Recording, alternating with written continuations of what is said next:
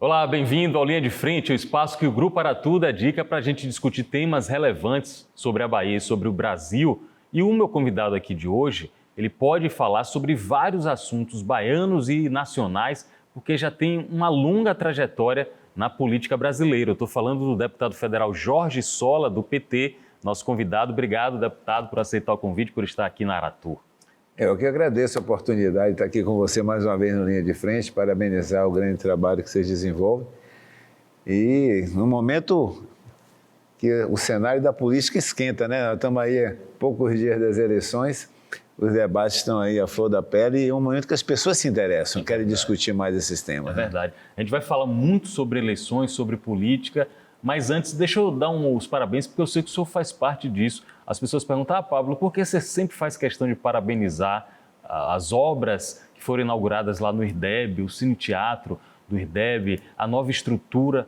Eu digo, porque quanto mais a gente puder atender em termos de comunicação, em termos de cultura e arte, a população baiana, que é carente de espaços desse tipo, eu acho que todos saímos ganhando, mesmo eu sendo de uma emissora, de uma empresa, em tese concorrente ao IRDEB. Eu sei que o senhor tem participação nisso, o senhor participou também da inauguração lá do dia do evento. Então, os parabéns, eu acho muito importante a gente ter espaços como esse que o IRDEB inaugurou. Comungo desses parabéns para toda a equipe do IRDEB, parabenizando o Flávio, o diretor-geral, em dois aspectos importantes. Você falou do Cine Teatro, e Salvador precisa de espaço como esse. Como é que uma capital como Salvador, que tem uma participação tão forte da cultura. No dia da inauguração, eu até brinquei, o pessoal disse que baiano não nasce, estreia. De tanto efervescência cultural em nossa capital. No entanto, se você for ver, são poucos os espaços como aquele que foi recentemente entregue para a nossa população. E outro aspecto, nós não podemos esquecer que hoje a TVE é a melhor TV pública do país. Eu estou em Brasília, em diálogo com a EBC, com outros representantes de outros veículos de comunicação, e todo mundo tem reconhecido o grande trabalho que a TVE Bahia tem feito, né, se colocando no cenário nacional como um cabo aí importante da TV pública, uma referência em TV pública em nosso país hoje. Inclusive tendo como ponta de lança a questão da transmissão esportiva. Esporte, cultura, né, shows. Isso é legal. E diz muito a respeito da Bahia. Agora vamos falar de política. Eu tive um encontro com o deputado Jorge Sola, tem menos de um ano lá em Brasília, no próprio gabinete dele, na Câmara dos Deputados. E o deputado foi muito enfático em falar de eu não vou dizer cabo de guerra, porque não foi esse termo que o senhor usou. O senhor usou o termo uma espécie de chantagem que os deputados, que os parlamentares estavam fazendo com o governo para poder aprovar pautas importantes e necessárias para a população. Um ano depois, esse cenário melhorou, mudou, piorou, deputado? Não, está muito difícil ainda. E outro dia eu vi uma entrevista, uma declaração de um outro colega parlamentar, que eu acho que ele foi muito preciso. Ele disse que o maior problema é que o povo brasileiro elegeu um presidente de centro-esquerda e um Congresso de direita. Na verdade, nós temos 130 parlamentares, sendo muito condescendentes, que participaram da eleição do presidente Lula, que defenderam a eleição do presidente Lula e que defendem os projetos que o governo do presidente Lula dá prioridade. A grande maioria não faz parte da sua pauta essas prioridades. Então, cada questão importante é uma disputa. Eu tenho até contado um episódio, eu estive no almoço que o presidente Lula recebeu o primeiro-ministro da Espanha, o Pedro Sánchez. E aí eu sentei ao lado de um assessor do Pedro Sánchez e eu brinquei com ele. Eu digo, eu votei ano passado, porque eu tenho dupla nacionalidade, meu pai era espanhol. Pela primeira vez eu votei na eleição na Espanha. Votou nele? Votei nele, votei no PSOE. Aí eu brinquei com ele, como é que está nosso primeiro-ministro? Eu votei nele. Aí ele falou, deputado, muito difícil, cada pauta lá a gente tem que conseguir 5 votos, 10 votos para aprovar. É uma negociação fatiada, né? Eu digo, não reclame não, porque se você tem que arrumar 5, 10 votos, cada pauta aqui a gente tem que arrumar 150. Aí ele, mas como é que pode? Eu digo, tá vendo aquele velhinho ali do lado do Pedro Sánchez? Ele é mágico. Quando ele entra no circuito, ele consegue trazer essa votação. Quando não entra, a gente pede. E tem sido a verdade. É muito difícil você lidar com o Congresso com essa composição e com esse nível de discordância com as pautas prioritárias do Executivo. A questão, e aí eu vou sempre mencionar isso, a questão da inclusão das chamadas emenda PIX, isso foi um ponto de virada nessa relação entre os poderes? Esse processo começou ainda no governo Temer e agravou muito no governo Bolsonaro. O governo Bolsonaro resolveu lidar com o Legislativo, delegando ao Legislativo cada vez mais assumir poderes que são do Executivo. Seria um primeiro-ministro informal. De fato. O Lira hoje, não tenho dúvida que tem poderes que mesmo governos parlamentaristas, alguns não têm tantos poderes no primeiro-ministro como tem, no caso, hoje no Congresso, do ponto de vista de se apropriar das definições orçamentárias. E eu sempre chamo a atenção o seguinte, antes existiam emendas parlamentares, mas era um volume bem menor de recursos e principalmente para investimentos. E eu acho que é legítimo que você reúna a bancada do Estado, vamos discutir aqui com os parlamentares da Bahia quais são as prioridades de investimento no próximo ano. Afinal, vocês estão na ponta, vocês que visitam os municípios. Estrada X, o Hospital B, a Escola C, isso eu acho legítimo. Agora, custeio dos serviços, custeio é financiamento regular, é dinheiro que tem que estar todo mês entrando. Como é que eu vou conceber que eu vou financiar um hospital, o custeio de um hospital com emenda parlamentar? Isso é totalmente gestão, isso é executivo na essência. Não tem sentido, não tem cabimento. E transformaram as emendas parlamentares digamos assim, num grande volume de recursos de custeio.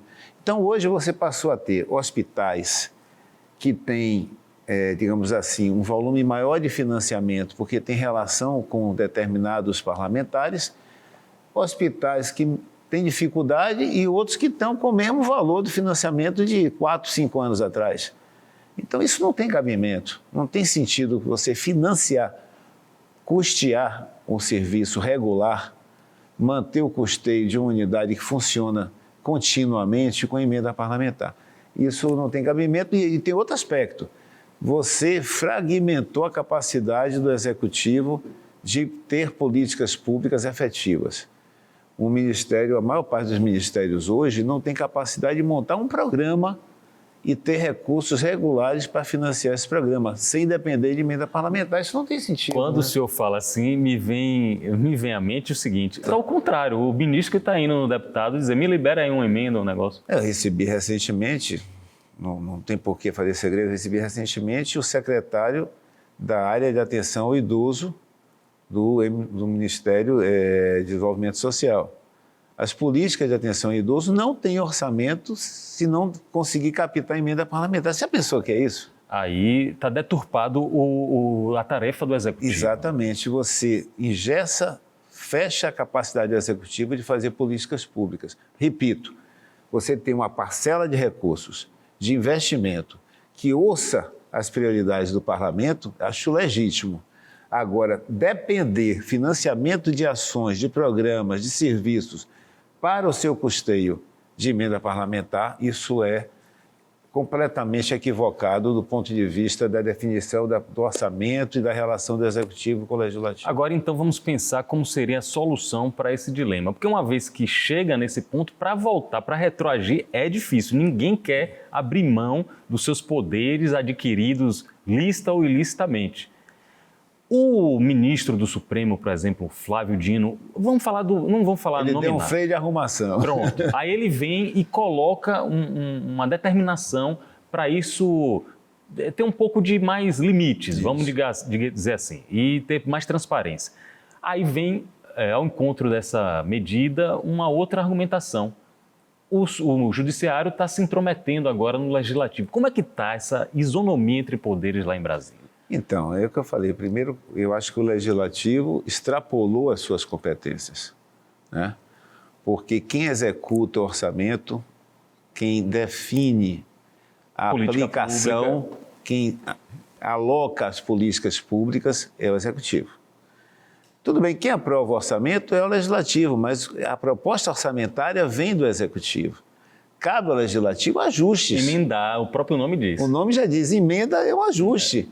É você identificar, olha, os parlamentares da Bahia estão achando que precisa colocar aqui um recurso para duplicar determinada estrada. Ou existe uma demanda aqui do governo da Bahia, que os parlamentares apoiam, de construir um novo hospital.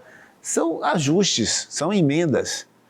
E não uma coisa tão robusta, de tão montante tão grande, como se tornaram as emendas parlamentares, porque tem as individuais, tem as de bancada, tem as de comissão. Então, isso já passou a ser algo tão grande que engessou a capacidade do Executivo de executar, de fazer com que a política pública aconteça. E, por seu lado, o Judiciário, quando você tem, digamos assim, situação de desajuste entre os poderes, o Judiciário também tem algum nível de responsabilidade. E foi muito bom, o que eu falei, repito, Flávio Dino deu um freio de arrumação. Não é que vai resolver, mas chamou a atenção e dizer, olha, isso não pode ser feito dessa forma, precisa fazer ajustes. E botou na mesa, foi muito bom, porque botou na mesa lá o Executivo, o Legislativo e o Judiciário para repactuarem esse processo. Eu acho que isso foi muito positivo. Estamos conversando com Jorge Sola, deputado federal experiente, dos mais influentes do Congresso Nacional, do PT da Bahia, tratando sobre política, eleições, sobre parlamento. A gente tem muita coisa para falar aqui hoje. Uma delas é eu confesso, eu fiquei até um pouco assustado, porque eu conheço o temperamento do senhor. Às vezes o senhor eleva o tom quando é necessário, já vi em situações, mas eu percebi uma situação muito desagradável no próprio Congresso, um bate-boca do senhor com Nicolas Ferreira. E eu não vou colocar aqui o fato dele ser iniciante, calouro no Congresso, até porque ele teve uma votação muito grande, uma votação enorme, a maior do Brasil. O que foi que aconteceu ali e como é que o senhor encara que muita gente está sentando nessa cadeira e falando, rapaz, o problema do debate parlamentar é a internet, o mau uso da rede social. Às vezes as pessoas estão querendo lacrar em cima de um deputado, em cima de um colega. Foi isso que aconteceu ali? Primeiro, um reparo, não teve bate-boca. Ele fez uma intervenção no parlamento me acusando, eu não iria nem responder. No dia eu nem respondi. No dia seguinte, para você ver como é que eles funcionam, no dia seguinte ele pegou a fala dele, me acusando, editou, e soltou das redes sociais, inclusive com imagens minhas. O problema é o corte, né? A edição. Certo? Inclusive ele pegou imagens em que eu estava saindo do parlamento e fez uma montagem em tom jocoso, como se ele tivesse feito uma acusação e eu tivesse dado as costas e saído de cabeça baixa, coisa do gênero. Então eu tive que responder, né? Respondi à altura, mostrando que ele, primeiro, não tem nada que esconder. E não foi só com ele, eu já teve outro caso de outro bolsonarista lá, outro parlamentar de extrema-direita, que eu, inclusive, desafiei. Eu digo, olha, eu tenho como provar o que eu tenho de onde veio. Eu não tenho nada que eu não possa comprovar a origem de meu salário como servidor público, meu salário como parlamentar. Eu sempre trabalhei no serviço público, tenho 40 anos de trabalho, sempre fui servidor público e me orgulho disso. E o que eu tenho hoje de patrimônio foi comprado graças ao que eu oferi no meu trabalho como servidor público. E tenho como provar isso. Então, quando vem com essa história, eu digo logo, ó, eu abro meu sigilo bancário, abro meu sigilo de internet e não tenho nada a esconder. Quero desafiar quem é que faz comigo esse desafio. Eu abro o meu sigilo e você abre o seu. Até hoje, nenhum topou. Nenhum topou. É fácil acusar, né? Então eu tive que responder esse parlamentar jovem da extrema-direita. Respondi também com vídeo nas minhas redes sociais e desafiando ele, né? Que ele mostrasse a origem dos recursos dele, mostrasse a carteira de trabalho dele, porque ele nunca trabalhou. Ele começou como atuando em redes sociais. Aluno de Olavo de Carvalho. Fazendo essas imagens e provocações em redes sociais, ganhou notoriedade com isso, se elegeu parlamentar e continua. E aí é um problema. Eu tenho brincado com a turma lá que eu estou com saudade dos tucanos. Por que os tucanos eram mais civilizados? Apesar de você ter divergência, o problema não é ter divergência na política. O problema é como você trata as divergências. E como você faz com que as divergências sejam tratadas num debate salutar que até permita, né, você chegar a denominadores comuns. Verdade. O parlamento, a sua natureza do parlamento é do debate, Parlar, né? É dialogar. dialogar e da busca de consensos, da busca de denominadores. Olha, eu vou alterar um pouco minha proposta, você vai adendar com outras iniciativas, nós vamos buscar aqui um denominador comum. Esse devia ser e era, no passado, a forma prioritária de atuação no parlamento. Essa turma que entrou aí, vindo das redes sociais, eles não participam de debates, eles não buscam aperfeiçoar nenhuma proposta, eles não têm proposta. Eles usam o parlamento para gerar imagens, falas, situações que eles depois editam e falam nas redes sociais, para usar o termo deles, com a sua bolha. Eles utilizam o espaço do parlamento não é para gerar proposições positivas para a sociedade. Eles utilizam o espaço do parlamento para gerar vídeos, imagens que são editadas para ganhar espaço junto aos seus apoiadores.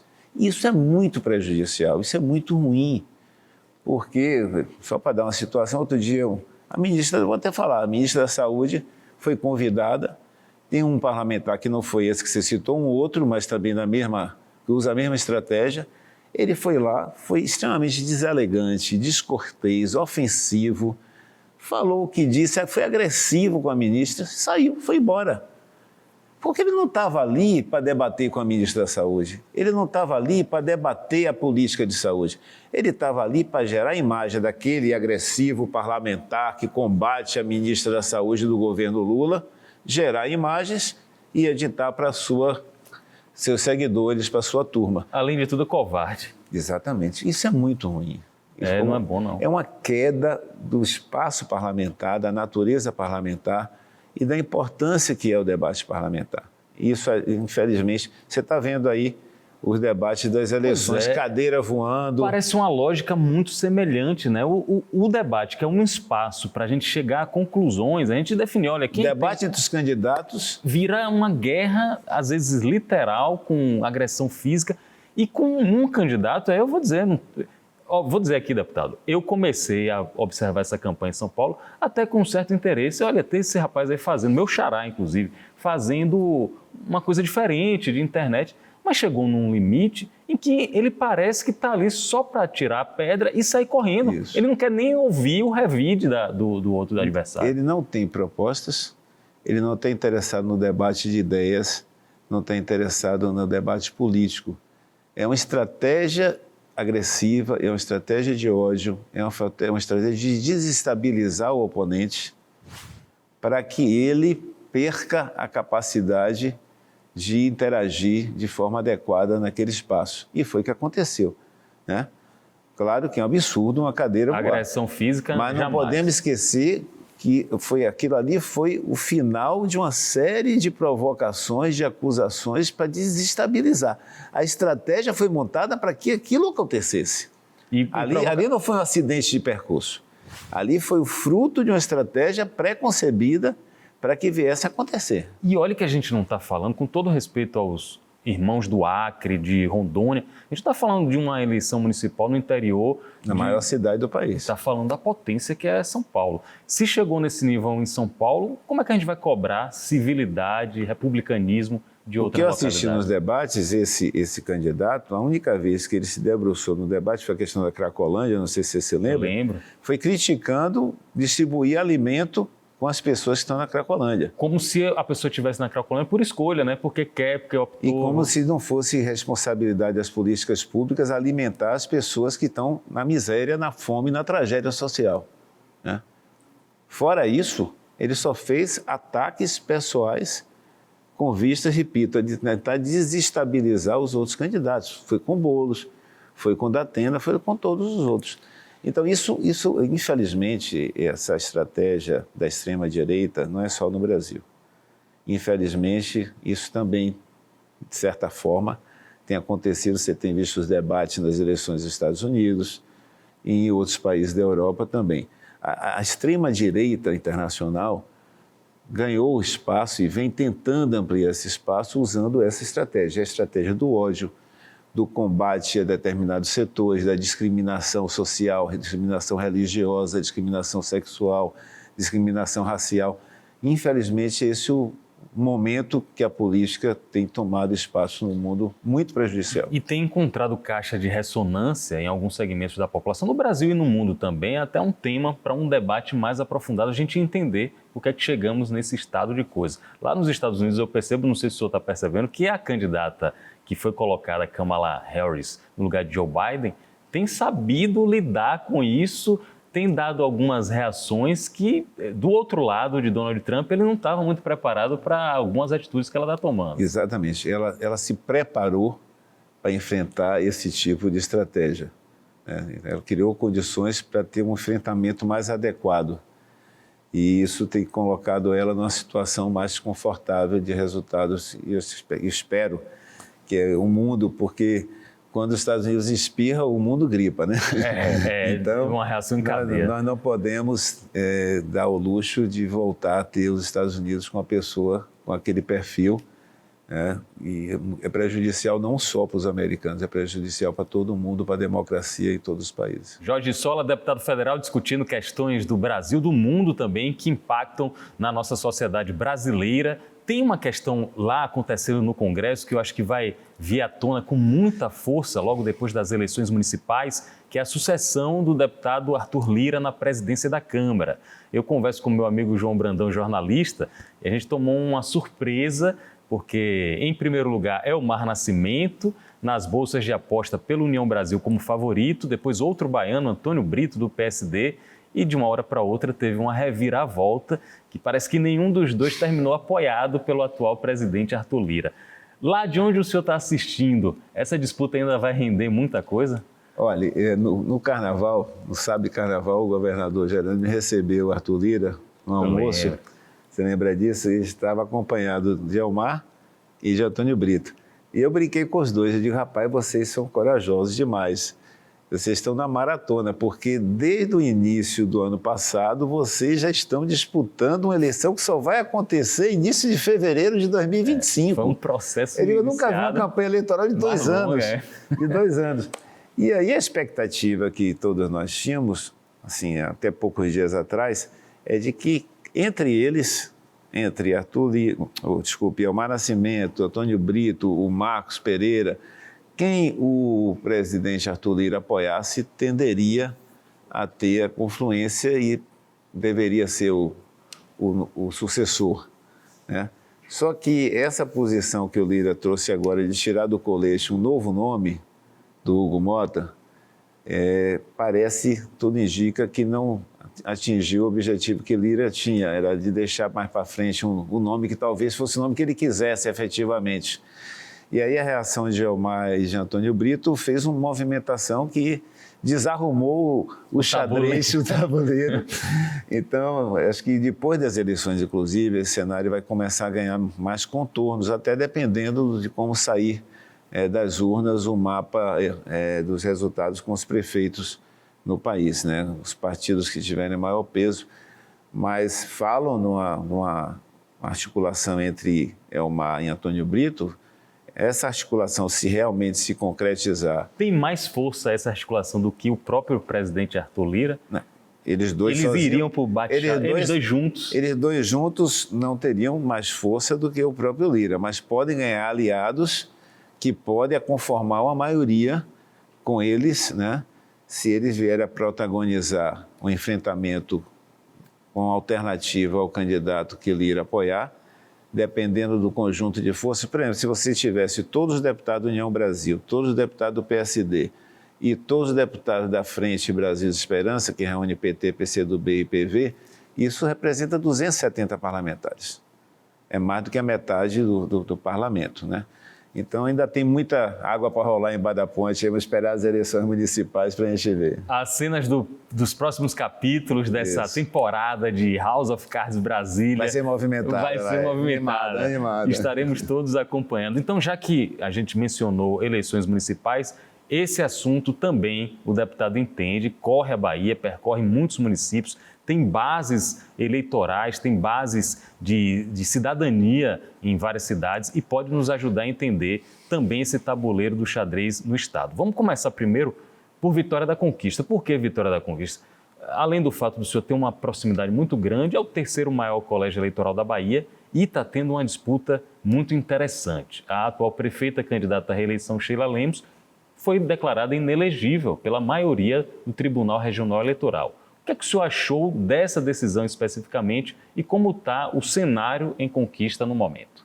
Olha, eu não podia esperar do Tribunal Regional Eleitoral uma outra decisão que não fosse essa, porque a situação é cristalina.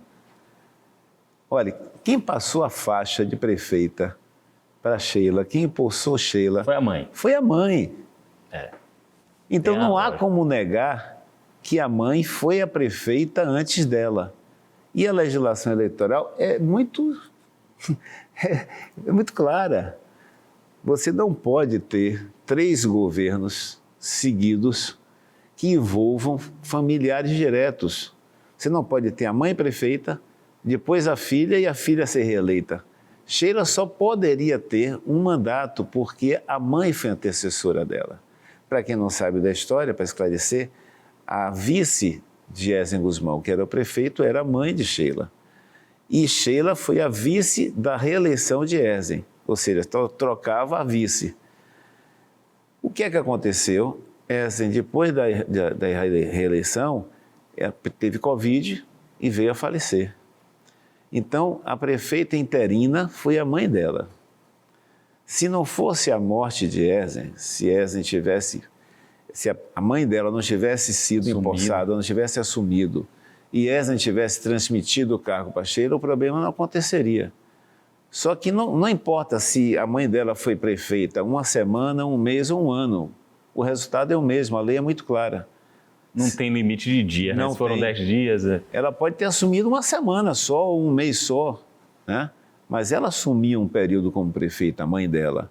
Então, Sheila não pode ser novamente prefeita de Vitória da Conquista. Os advogados, eu conversei com alguns advogados especialistas em direito eleitoral, eles falam que a campanha ocorre normalmente até que haja um recurso, se houver, parece Ela que vai entrar num recurso no TSE.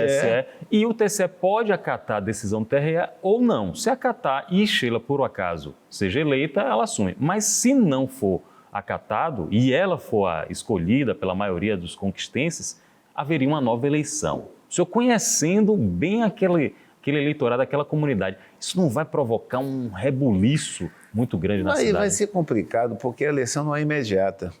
O presidente da Câmara, você tem que esperar a nova Câmara de Vereadores assumir, eleger o novo presidente da Câmara, esse novo presidente da Câmara vai ser o prefeito interino até que tenha eleição suplementar. Então você imagina o transtorno que isso vai ser. E o tamanho da cidade, se isso vier a acontecer. Mas observe que tem vários se.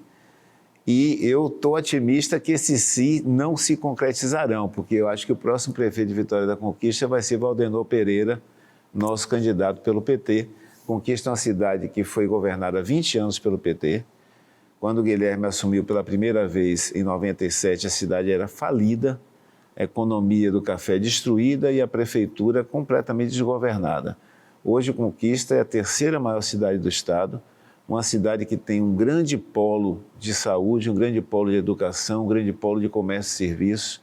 É uma cidade que se transformou em 20 anos do governo do PT. Infelizmente, esses últimos anos ocorreu uma perda progressiva da capacidade da gestão pública em várias áreas. Isso aconteceu na saúde, aconteceu na assistência social, aconteceu na educação. E a cidade, a população, quem acompanhou esse processo está com muita saudade da administração que o PT fez em Vitória da Conquista. Aliás, eu gostaria até de abrir um parênteses, porque o senhor tem uma participação importante eu fui nesse secretário período, de Saúde e Conquista. e muita coisa implantada no Brasil como um todo, eu nem vou falar da Bahia, no Brasil como um todo, teve como experiência inicial, plano piloto e tudo, SAMU, várias outras alternativas de saúde lá em Conquista. Foi lá um embrião de muita coisa? Muita coisa. Nós fizemos o primeiro serviço de atendimento móvel de urgência. Lá em Conquista a gente chamou de resgate médico e ele foi das experiências municipais que fez com que, quando eu estava no Ministério, eu assumi a Secretaria de Atenção à Saúde no Ministério no primeiro governo do presidente Lula. Nós criamos o SAMU com base em experiência de 14, 15 municípios que haviam criado serviços dessa natureza. Nós fizemos em Conquista o primeiro contrato de metas com um hospital filantrópico no Norte e Nordeste. Só tinha um semelhante na Santa Casa de Campinas. E agora virou praticamente um modelo padrão, nacional. Nós criamos em Vitória da Conquista a primeira central de marcação de consultas e procedimentos especializados, que hoje não se concebe mais uma rede de saúde que não tenha um mecanismo dessa natureza. Criamos a primeira central de regulação de leitos, criamos um mecanismo de gestão regional que a cada 2 meses a gente reunia os secretários municipais e definia os parâmetros de programação. Montamos serviços especializados, as policlínicas regionais. Nós criamos a primeira policlínica, que era do município de Conquista, mas funcionava atendendo pacientes de toda a região com cotas para cada município. Ou seja, um padrão que Isso eu estou falando de 20 anos atrás. Tá? Infelizmente, um município que teve esse papel e teve essa referência importante em saúde, nos últimos anos, está cada dia mais abdicando desse papel. Até serviços contratados com recursos do Ministério da Saúde na área de oncologia, eles estão repassando para o Estado. O Estado foi progressivamente tendo que assumir. Conquista, terceira maior cidade da Bahia, só tem uma UPA, uma única, é do Estado. Todo o investimento em saúde nos últimos 6 anos, quem fez foi o governo do Estado. Ampliou o hospital regional, requalificou, transformou, era um hospital psiquiátrico, o Afrânio Peixoto, hoje virou um grande hospital de ortopedia. Todos os investimentos que foram feitos lá nos últimos anos foram feitos pelo governo do Estado. Infelizmente, por isso que está na hora, a população de Conquista está ansiosa por voltar a ter um governo comprometido com as políticas públicas mais importantes, como foram os 20 anos.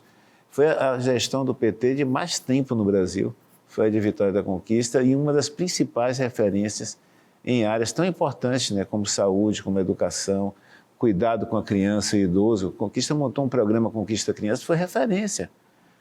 Hoje está abandonado. Criou uma política para acompanhamento e cuidado com os idosos, que também foi abandonada. Então, eu não vejo a hora de Valdenor voltar a ser prefeito de Vitória da Conquista. Jorge Sola, deputado federal, ex-secretário municipal de saúde em Conquista, e tem muito conhecimento sobre a saúde no estado, nosso convidado aqui. Mas antes de terminar, eu não posso dispensar a experiência política e eleitoral do senhor para falar sobre Salvador. A situação em Salvador, as pesquisas apontam um favoritismo, uma ampla vantagem do atual prefeito, Bruno Reis, contra Geraldo Júnior, candidato do MDB, mas apoiado com a candidata a vice, Fábia Reis, do PT. O senhor faria diferente na campanha? Ainda dá tempo de reverter esse quadro? Eu acho que dá tempo, porque a questão é a seguinte: em campanha eleitoral, o tempo cronológico é diferente. É diferente. É uma progressão geométrica. Exatamente. À medida que a eleição vai chegando, cada dia vale mais. É isso mesmo. Chega ao ponto que um dia vale um mês, um dia vale uma semana. Então, sabe por que acontece muito isso? Porque as pessoas, no geral, ficam afastadas do debate político. À medida que eles vão percebendo que a eleição está chegando, o interesse vai aumentando e começam a entrar no debate.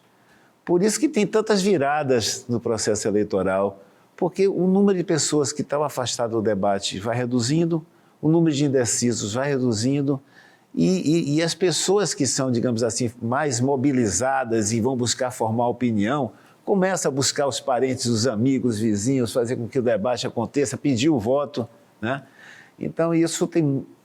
Nós temos ainda 3 semanas pela frente desse momento que a gente está aqui junto. Acho que 18 dias, né? Não é isso? Então, tem muita coisa para acontecer ainda, muita coisa pode mudar, ou nada. Ou nada.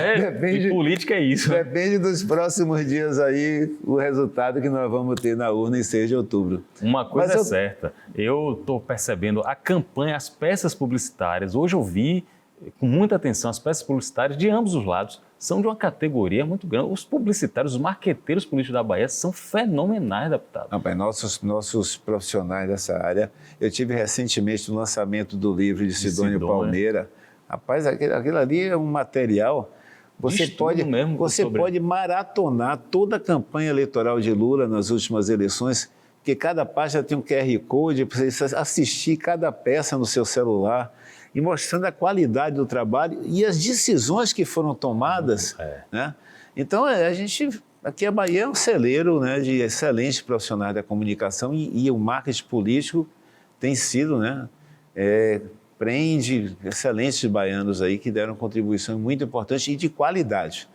Não é, voltando àquele nosso debate anterior, não é campanha de baixo nível, de internet. Não é campanha de baixo nível, não é campanha de provocação, de agressão individual, de calúnia, né? É campanha de debate político de qualidade, isso é importante. E aí, fazendo uma referência a vocês também, os políticos, digamos, os personagens que estão na ribalta, o que eu vejo aqui na Bahia é uma resistência muito grande de vocês a não se renderem a isso. E eu acho que vocês estão certos, não se renderem a esse tipo de prática que, ao meu ver, é uma prática juvenil e não está levando a gente a evoluir no debate público. Eu diria a você que, felizmente, a nossa bancada de todos os partidos ainda não foi contaminada por essa estratégia da extrema-direita ocupar o espaço com violência, com agressão. Nós temos reuniões da bancada com todos os partidos. A nossa deputada Alice da Mata é a nossa coordenadora. A gente reúne a bancada toda e discute prioridade, discute orçamento, discute emendas de bancada. E eu não vejo agressão, não vejo perda dessa oportunidade de dialogar. Isso é muito positivo. Isso é muito bom e valoriza a tradição política de alto nível que nosso Estado tem, nomes muito emblemáticos na história da política. E que bom que vocês estão levando isso à frente. Estou torcendo para continuar esse tipo de coesão. Eu acho que nós vamos sair dessas eleições com resultados bem positivos, né? A gente falou aqui de Conquista e Salvador, mas temos boa oportunidade de Feira de Santana com o Zé Neto, Camaçari com Caetano, surpresa de Ilhéus. A Adélia Pinheiro vai estreante, ser, né? A Adélia Pinheiro vai ser a prefeita de Ilhéus. E olha que eu estou batendo nessa tecla há 2 anos. Ela ainda era secretária de saúde. Ela praticamente nem pontuava 2 anos atrás em pesquisa. Mas ó, ela foi reitora muito bem avaliada da Universidade Estadual de Santa Cruz. Foi secretária de Estado em 3 pastas difíceis: ciência e tecnologia, saúde e educação. Então, ela é uma pessoa que tem uma passagem muito boa em Ilhéus, com os profissionais da saúde, com os profissionais da educação, com os agentes políticos. Então, isso gerou uma mobilização e eu estive lá já algumas vezes na campanha e dá para perceber que ela está sendo muito bem aceita e será uma prefeita e será uma grande gestora, não tenho a menor dúvida disso. Eu acho que vai ser um resultado que não era previsto pela turma que está mais acostumada a acompanhar a política, mas quem conhece a Adélia e quem vem acompanhando a situação da política em Ilhéus sabe que havia necessidade da mudança, a insatisfação muito grande da população com as últimas gestões municipais e uma pessoa com a trajetória dela, com a credibilidade dela como gestora pública, teria com certeza uma boa aceitação. Uma aposta também do governador, né? O governador bancou e achou que seria um nome ideal e está aí, bem nas pesquisas e bem na campanha. Não tenha dúvida. E temos aí, né, municípios que se destacaram. Eu queria chamar a atenção, por exemplo, de Amargosa, que é um município que não é um município de grande porte, mas é uma cidade que mostrou com uma gestão pública eficiente, mesmo num município que não tem uma receita grande do ponto de vista da arrecadação, que não é uma grande população, mas você pode fazer um trabalho que marque e que faça com que o município desponte. Amargosa hoje é uma das melhores, se não a melhor referência em gestão municipal na Bahia. O prefeito Júlio Pinheiro vai fazer o sucessor, o seu vice, tem sido um destaque em saúde, em educação, em assistência social, em infraestrutura, em várias áreas. Isso é muito positivo, você ter referências boas de gestão que mostram que é possível, mesmo sem ter, sem ter um volume de recursos de arrecadação muito grande, sendo eficiente, sabendo tratar as prioridades, você ter resultados positivos para a população, com impacto na qualidade de vida, na economia, na cultura e no âmbito social. Jorge Sola, deputado federal do PT, nosso convidado aqui no Linha de Frente. Obrigado, deputado. É sempre muito bom conversar com o senhor, é sempre muito instrutivo e agradeço a todos pela companhia. Até o próximo encontro.